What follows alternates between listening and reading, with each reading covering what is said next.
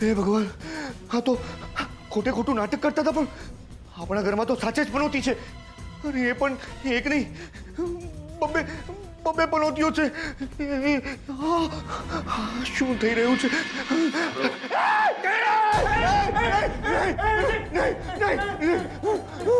કોણ કોણ છે? શું મારું ચાર્જર બગડી ગયું છે. ગયો તમારું ચાર્જર હાલશો મને? જય હનુમાન જ્ઞાન ગુણ સાગર, જય કપી સ્થિતિ લોક ઉજાગર. એક મિનિટ એટલે શું કરો છો રણજીત કુમાર? એટલે ચાર્જર માંગ્યું છે, હનુમાન ચાલીસાની ચોપડી નહીં. તું નીકળ અહીંયાથી. હટ. જય હનુમાન જ્ઞાન ગુણ સાગર, જય કપી સ્થિતિ લોક. ચૂપ શટ અપ. દેર આવી રીતે હડાડ નહીં કરવાનું, સમજ્યા ને? ખોટું લાગે છે મને. It hertz. યાર શું યાર, આટલી બધી લાઈટ છે ને આ ટોર્ચ શું કામ ચાલુ કરી છે? Save energy. ભાગ અહીંયાથી. ચાલ. જો તમને કહી દઉં છું, આવી રીતે હડાડ નહીં કરવાનું. ખરજ આવે છે.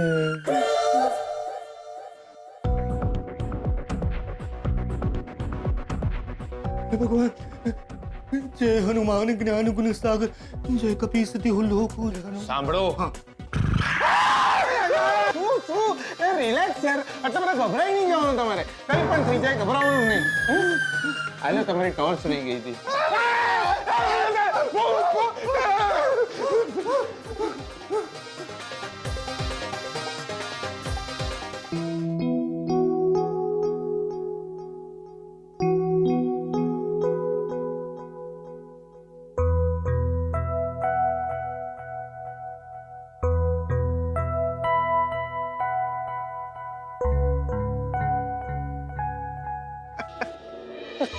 Dear તો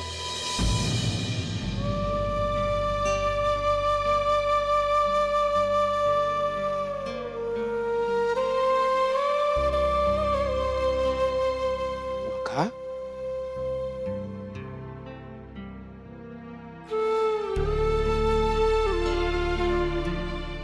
એક નાનકડું ગામ હતું મારું.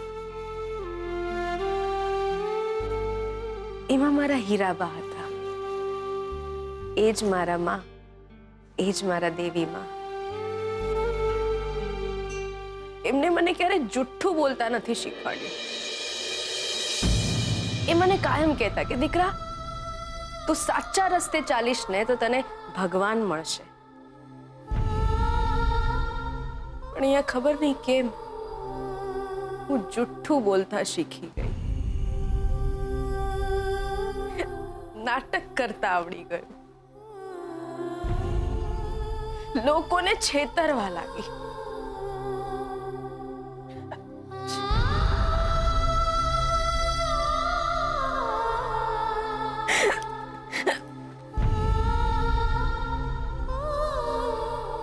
બકા, જો તમારા હીરાબાઈ તમને જે કહ્યું છે એ સાચું જ હશે દિયોર.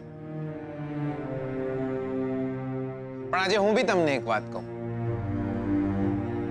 મહાભારતનું યુદ્ધ થયું હતું ને બકા, ત્યારે એકવાર અર્જુન પણ તમારી જેમ જ આમ રોવા જેવો થઈ ગયો હતો.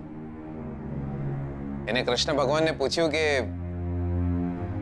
લા ભગવાન, હું કોની સામે લડું છું?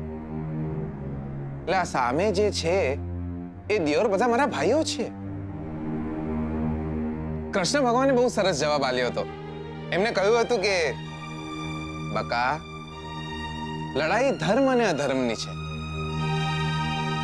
તું ધર્મના પક્ષે છે અને જે સામે છે એ તારા ભાઈઓ ખરા, પણ અધર્મના પક્ષે છે. એટલે જ ડર નહીં, લા ઉભો થા અને કર દેવાવાળી.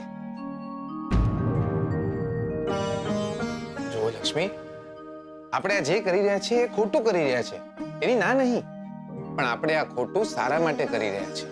ના, તમે વિચાર તો કરો બકા.